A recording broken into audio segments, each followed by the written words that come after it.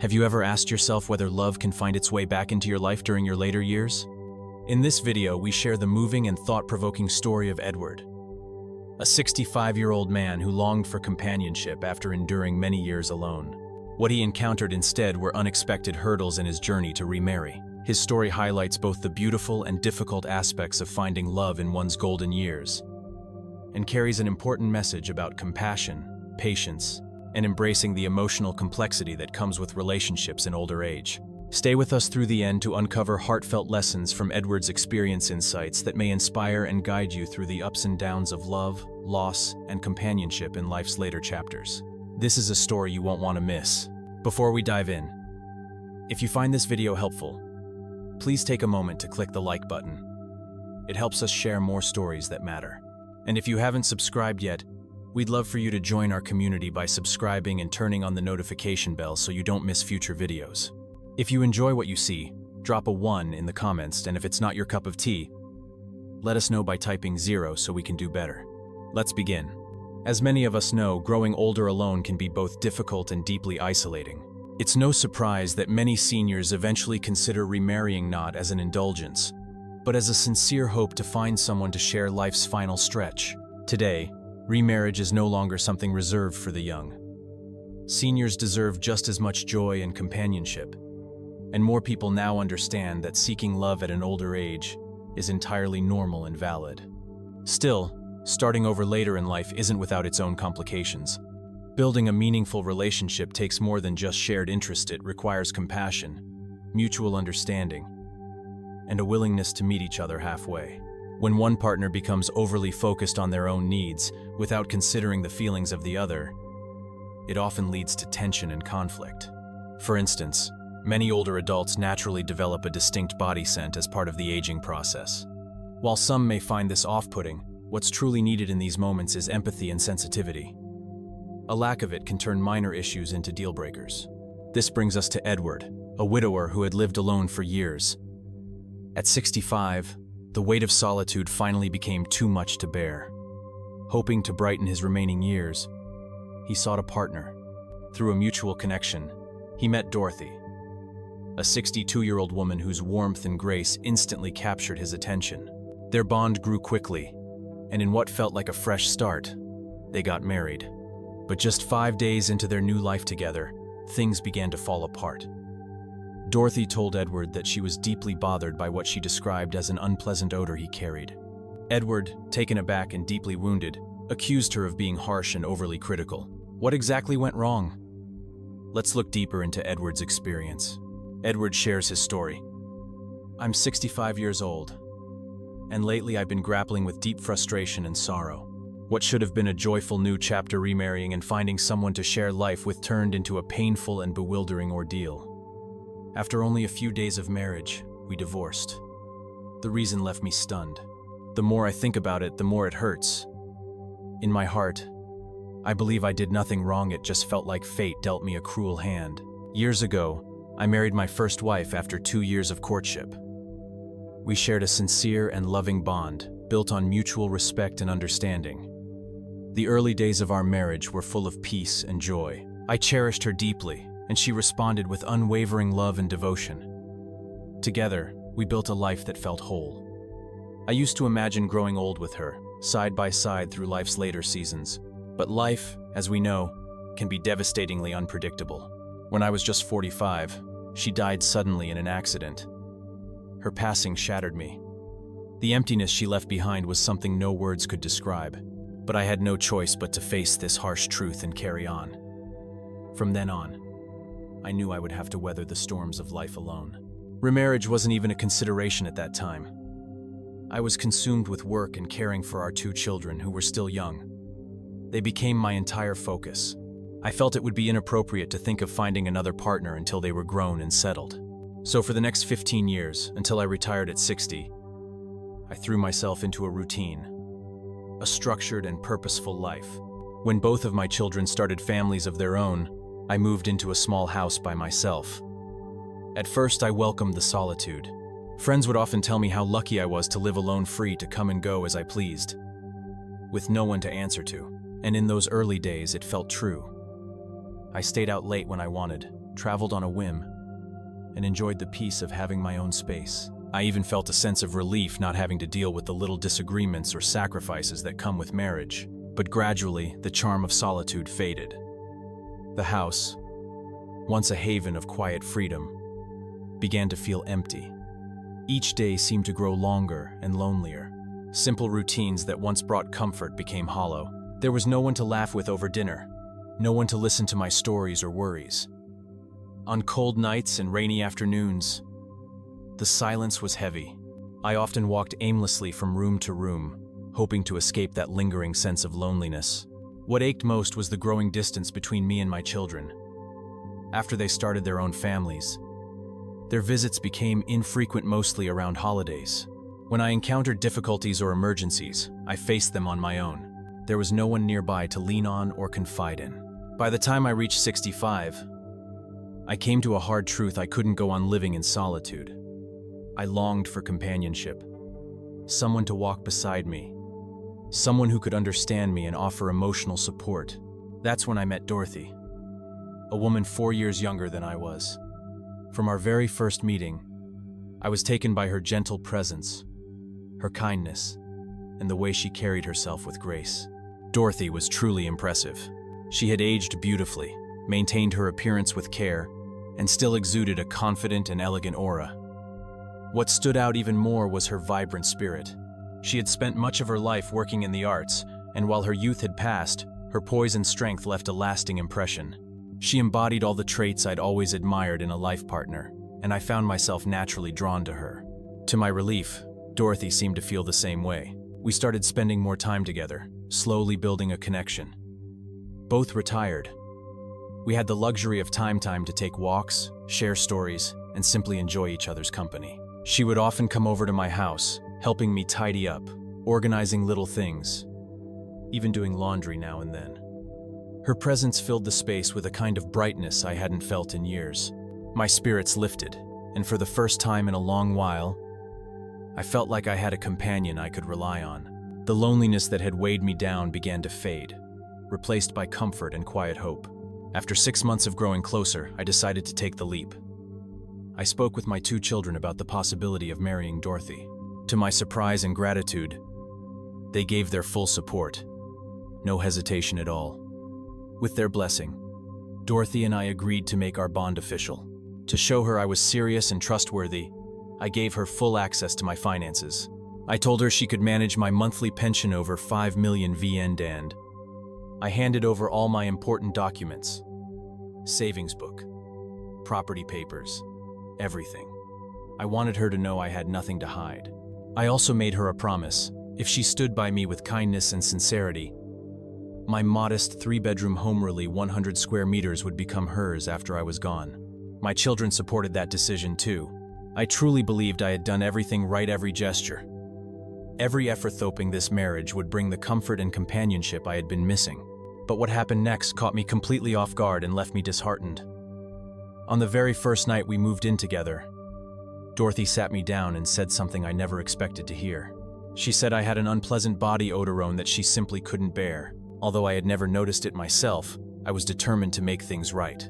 That night, I took one of the longest, most thorough showers of my life, scrubbing with soap and body wash for over an hour, determined to eliminate whatever smell Dorothy had noticed.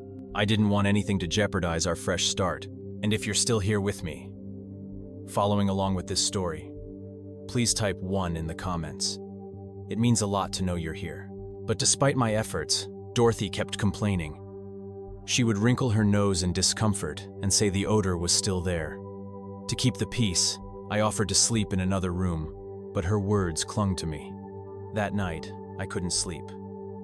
My thoughts spun around shame, confusion, and sadness. Could something so small be threatening to unravel everything? The next morning, I gently brought it up, hoping for some understanding. I asked her plainly if I truly smelled bad. She confirmed it. She said she hadn't noticed earlier because we'd never lived in such close proximity before. What she described matched what people sometimes call the old person smell. Determined not to let this ruin us, I went to see a doctor.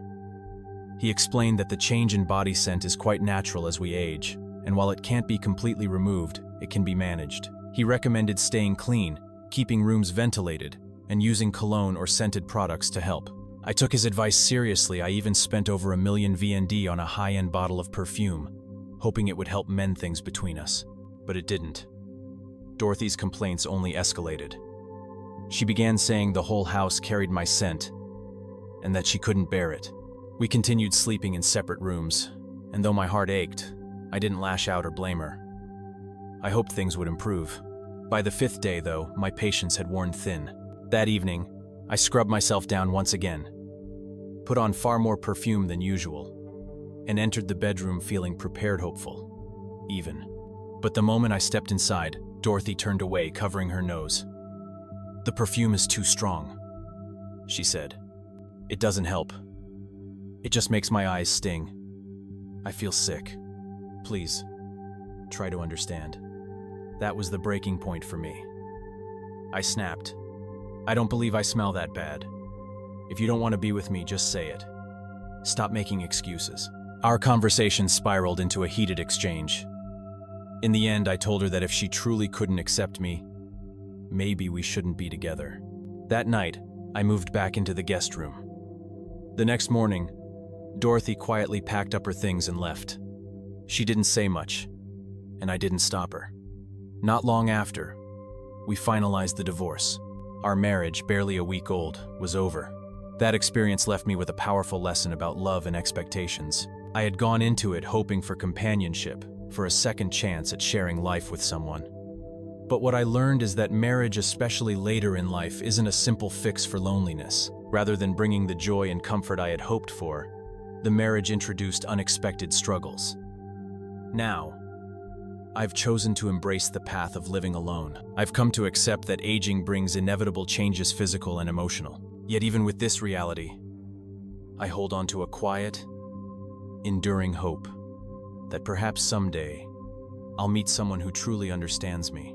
Someone who values companionship over perfection, who will walk beside me through life's final chapters with patience, warmth, and compassion. Until that day comes, I focus on letting go of past regrets, being gentle with myself, and recognizing that not everything in life needs to be forced. I've learned to live by 3 simple principles: acceptance, forgiveness, and being open to what lies ahead. And if there's something you've always wanted to try or experience, don't let age stop you. Do it as soon as you feel ready, regardless of the number of candles on your birthday cake. All too often, society sends the message that growing old means fading into irrelevance, that older people are no longer useful or needed. Many of us internalize that idea, believing our best years are behind us. But that couldn't be further from the truth. Every phase of life holds its own unique potential, and each stage gives us new opportunities to live with purpose and authenticity. One story that continues to inspire me is that of a 90-something woman who found unexpected fame on social media. She spent her days running 7 small food stalls, sometimes working late into the night. When someone asked if she ever got tired, she replied with a smile, "If you do what you love, you'll never feel tired. And if you do feel tired, that's a kind of joy too." Her perspective is a powerful reminder. Passion and purpose don't fade with age, they deepen. Her unwavering spirit is rare, but it reminds all of us that age is just a number. It doesn't decide what we can or can't do. What really matters is the willingness to try. So if there's a dream you've tucked away, take it out and start. It's never too late. Confidence matters more than youth, and fear of aging should never be a reason to hold back. When you follow what you love, the experiences you gain will be rich with meaning. The results may not always match your expectations, but the journey itself will be rewarding. As long as you stay committed and give your best, your life will never be wasted. And don't underestimate the power of learning something new. It keeps the mind sharp and the heart young. I'm reminded of an older woman named June who once said, "I grew old, but I never stopped learning." She devoted her later years to writing, drawing wisdom from books, and constantly refining her craft. Her dedication showed how lifelong curiosity keeps us connected to the world and to ourselves. The true marker of aging isn't the wrinkles or slowing down, it's when we stop being curious, stop learning, and shy away from the new. We live in a world that's always evolving. Technology, culture, and the way we connect are constantly shifting. And when older adults resist these changes, they risk becoming cut off from the world around them. Life experience is a beautiful thing, but holding too tightly to the past can sometimes create distance from the present. Take communication, for example. These days, so much of it happens online. Learning to use smartphones, messaging apps, or video calls can make it easier to stay in touch with family, especially grandkids, and feel part of the modern world. Sure, picking up new tech might feel daunting at first, but the process is more rewarding than frustrating. Many older adults are now discovering the joy of digital tools, whether it's reading ebooks, watching tutorials, or joining virtual communities that match their hobbies. Each new skill learned adds something valuable to life. Don't let your age limit what you think is possible. Life doesn't stop at retirement, it continues as a journey of growth. Every small step forward adds meaning and confidence. And if you're still watching this video and enjoying the story so far, please leave a 2 in the comments. I'd love to know you're still with me. Another powerful part of aging well is learning how to accept separation. Life moves in waves of hellos and goodbyes, whether it's letting go of a place, a person, or a past version of yourself. Parting ways can be painful, but it's also what shapes us. These moments teach resilience and help us appreciate the here and now. There's a line from the movie Spirited Away that stuck with me. Life is like a train heading straight to the cemetery. Very few people can accompany you until the end of the journey. It's haunting but honest. The people we meet don't always stay forever. They come and go, guided by timing and circumstance. Rather than getting caught up in what we can't hold on to, we should treasure the ones who are still beside us. Love them, forgive quickly, and avoid regrets. By living in rhythm with life's flow, peace and joy become more reachable. And let's not forget how vital independence is as we grow older. Our children may love us and want to help, but they also have their own lives and pressures. Depending too heavily on them can lead to stress and strain on both sides. Living under the same roof might sound comforting at first, but it often brings clashes in routines, habits, and expectations. That's why having your own space, even if it's simple, can be so empowering. It gives you freedom, dignity, and the ability to shape your day without needing to explain yourself. Independence allows you to manage your challenges and decisions on your own terms, and that's something worth protecting. Maintaining your independence isn't just about pride, it's a way to protect peace and reduce unnecessary tension in your relationships. No matter how modest your home may be, it can still be your sanctuary, a place where you feel at ease and in control of your own life. In the end, aging is as much about perspective as it is about years.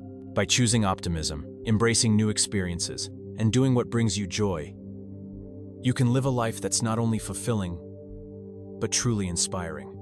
Aging with grace is about resilience, passion, and a deep appreciation for the beautiful journey you've lived and the one that still lies ahead. Thank you for joining us on this thoughtful journey. What resonated with you today? What did you take away from Edward's story, or the reflections shared along the way? We'd love to hear from you. Share one insight you're going to carry with you and apply in your own life. Your words might be just what someone else needs to hear. If this video touched you or gave you something to think about, please leave a comment below.